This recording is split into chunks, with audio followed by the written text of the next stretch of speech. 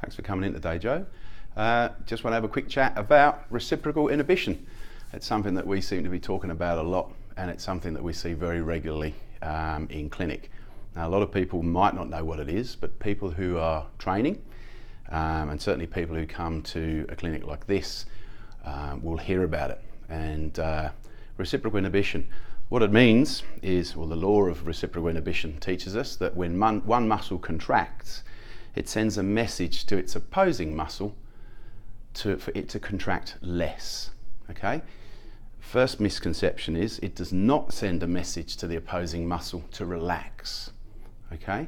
So if we look at a simple function like elbow flexion, when the biceps contracts, it sends a message to the triceps to contract less. And you can actually feel that on yourself. If you contract into elbow flexion, you'll feel that your triceps is still on. It is actually not completely relaxed.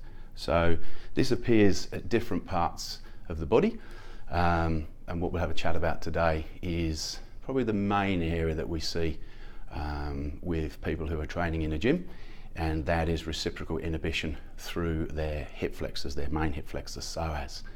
So what is and where is psoas? Okay, I won't go too deep into the anatomy of it all, but basically it attaches to the lumbar vertebrae and it comes forward through the body and attaches to the top of the femur.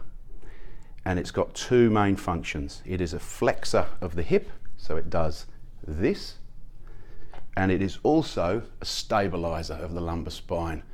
Okay, and when it gets very tight, it reciprocally inhibits our main hip extensor, which is gluteus maximus. So it restricts our ability in hip extension.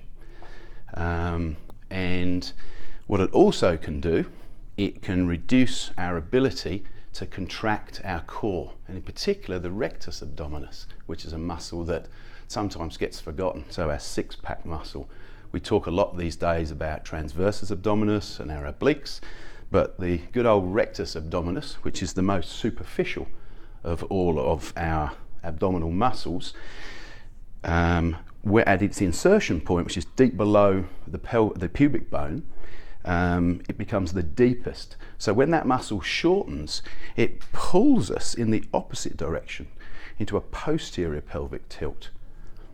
So some therapists would say, don't treat a tight psoas. It's trying to protect you. It's trying to stabilize you. We do treat it here in this clinic, okay? But we don't over-treat it. So if you can reduce the amount of tone, the hypertonicity in the psoas, then it makes it easier. We open the neural pathway. It makes it easier to switch on the glute max and also to work the core muscles. So that's quite important, and it sometimes gets missed. So what's the cause? Why does the psoas get tight? It gets tight because of a weak core. That's the primary cause.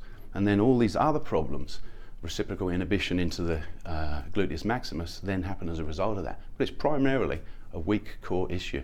So we spend quite a bit of time here coaching how to activate all of the core muscles. And then once you can do that, something like Pilates, one of those sorts of modalities are quite good. Anyway, quick chat about reciprocal inhibition. Thanks for coming in.